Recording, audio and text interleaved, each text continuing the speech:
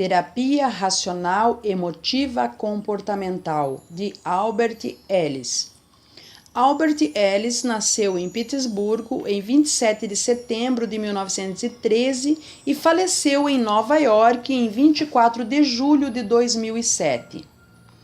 Foi um psicólogo estadunidense que desenvolveu em 1955 a REBT, que foi traduzida para o português como TREC, ou seja, Terapia Racional Emotiva Comportamental.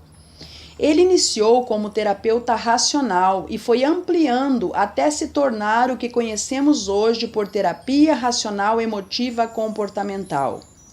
Inicialmente, especializou-se como terapeuta de casais e sexólogo. Nascido numa família judaica, ele era o mais velho de 3 irmãos. Seu pai era comerciante e, por conta disso, fazia muitas viagens. Sua mãe também era emocionalmente distante de seus filhos, restando a Albert a responsabilidade de cuidar de seus irmãos. Aos 19 anos, Albert Ellis era um jovem tímido que decidiu fazer algo para vencer a sua timidez. Ele elaborou um exercício. Sentava-se num banco de um parque e se obrigava a falar com todas as mulheres que se aproximassem. Em um mês, conseguiu o feito de dirigir a palavra a 130 mulheres. Há alguns anos, declarou ao jornal New York Times, dizendo assim: 30 se salvaram, mas falei com as outras 100. Nenhuma vomitou, nem chamou a polícia. Foi um feito e tanto. Morreu aos 93 anos, deixando 75 livros de sua autoria. Albert Ellis iniciou sua carreira profissional com a psicanálise. Era freudiano, porém, a partir da influência dos trabalhos de Karen Horney e Erich Fromm, ele reformulou sua postura enquanto psicanalista, chegando ao ponto de afirmar que a psicanálise fazia com que o sujeito perdesse muito tempo, quando poderia conseguir a resolução de seus problemas se focando mais no presente para obter os resultados desejados. E Ellis chegou à conclusão de que todos os comportamentos inadequados que todos nós temos são frutos de crenças irracionais. Então ele criou um modelo de terapia chamado ABCD. A significando os pensamentos antecedentes da pessoa sobre um determinado acontecimento. B, bis, crença, que está relacionado à emoção daquele assunto em questão. E C, significando o comportamento resultante desse pensamento, dessa emoção. E posteriormente o D, que está relacionado ao debate e à análise efetuados sobre a situação envolvida. Albert Ellis dizia que o sujeito pode superar suas inibições quando ele detecta os pensamentos que são contraproducentes, os eventos ativadores, aqueles pensamentos que travam a pessoa. E observando esses pensamentos, podem ser encontradas as crenças irracionais dessa pessoa, que é a força que mantém o sujeito em um determinado padrão de pensamento destrutivo.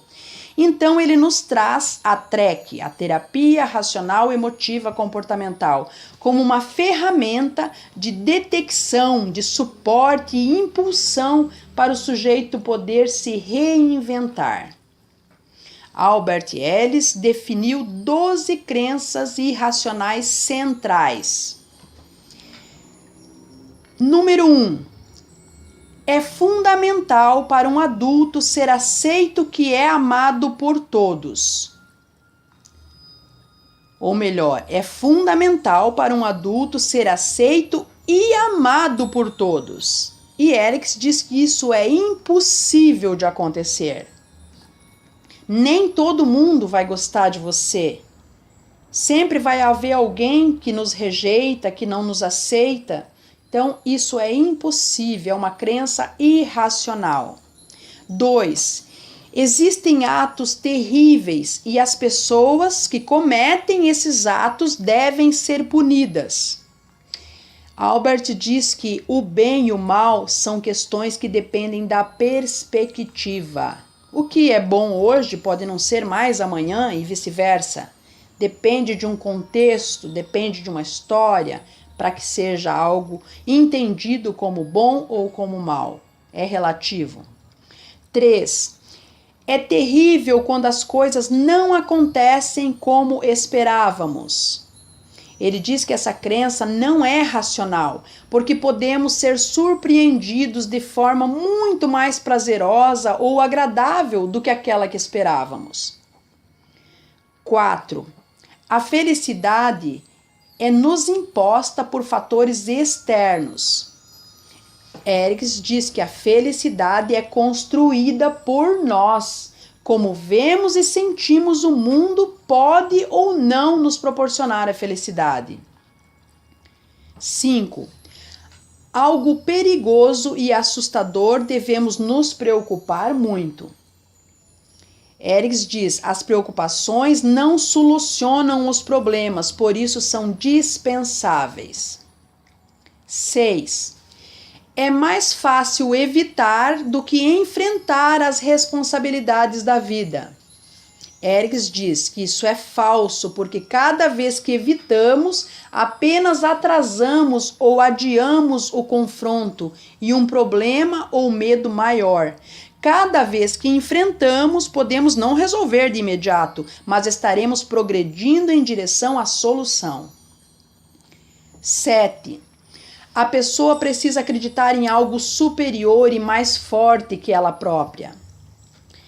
Albert diz: é fundamental acreditarmos em nós mesmos. Somos nós que tomamos as decisões de nossas vidas e sofremos ou saboreamos as consequências das mesmas.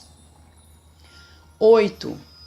É necessário ser absolutamente competente, inteligente e bem-sucedido em todos os aspectos da vida. Erickson diz que isso não é verdade. Cada um de nós tem seus pontos fortes e seus pontos fracos.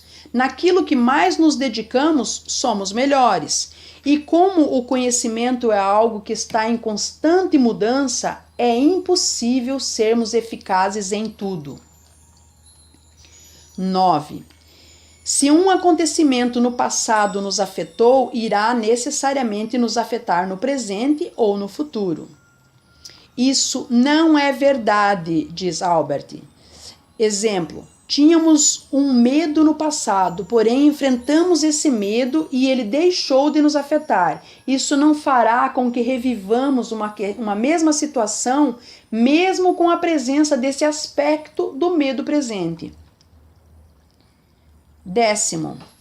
A pessoa precisa ter controle absoluto de todos os acontecimentos à sua volta. Albert diz: é impossível controlar tudo, pois há fatores e variáveis que não conhecemos, e sendo impossível conhecer tudo, é impossível controlar. 11. A felicidade pode ser alcançada através da inércia e da inação. Albert diz que isso não é verdade. A felicidade é uma construção ativa e contínua de cada um de nós. Ela não cai em nosso colo. Se não plantarmos uma semente, como poderemos esperar colher algo? A felicidade deve ser conquistada. 12. O ser humano não controla as emoções, por isso não consegue evitar agir ou sentir de determinada maneira. Albert diz que isso não é verdade. Nunca, em momento algum, somos totais escravos das emoções. É verdade que não possuímos total controle das emoções, mas nossos pensamentos geram emoções. Então, se pensarmos positivo, teremos emoções positivas. Se pensarmos negativo, teremos emoções negativas. A emoção é uma capacidade como qualquer outra, passível de disciplina. Exemplo: a média de uma respiração são 15 inspirações em 1 minuto. Porém, com treino e disciplina, mergulhadores conseguem ficar em média 2 a 3 minutos sem respirar. Então, cada uma dessas 12 crenças irracionais, Albert Ellis rebate explicando cada uma delas. E como se chegar às soluções dos problemas através de seus métodos? Ele descreve um passo a passo. Deve seguir um roteiro, inicia-se com a orientação, o cliente deve se distanciar da questão emocionalmente, procurar olhar de fora a situação. Deve reconhecer o problema, dessa forma definir e especificar o problema, visualizando, rememorando. O cliente precisa transformar esse problema em uma pergunta. Juntos, terapeuta e cliente devem encontrar alternativas, que em geral partem desses exames, para poder ter a visão clara de como proceder em cada situação. Devem fazer uma lista de hipóteses alternativas. O cliente precisa decidir, deve haver a decisão, o que realmente quer fazer, escolhendo uma alternativa para ser aplicada na sequência. Sendo assim, deve haver um acompanhamento dessa decisão, desse objetivo, desse projeto, desse plano, um acompanhamento para verificação se a terapia está atingindo ou vai atingir o objetivo desejado. Se não atingiu, reinicia até encontrar a maneira satisfatória que proporcione o resultado esperado. Esse é um dos métodos mais conhecidos de Albert Ellis.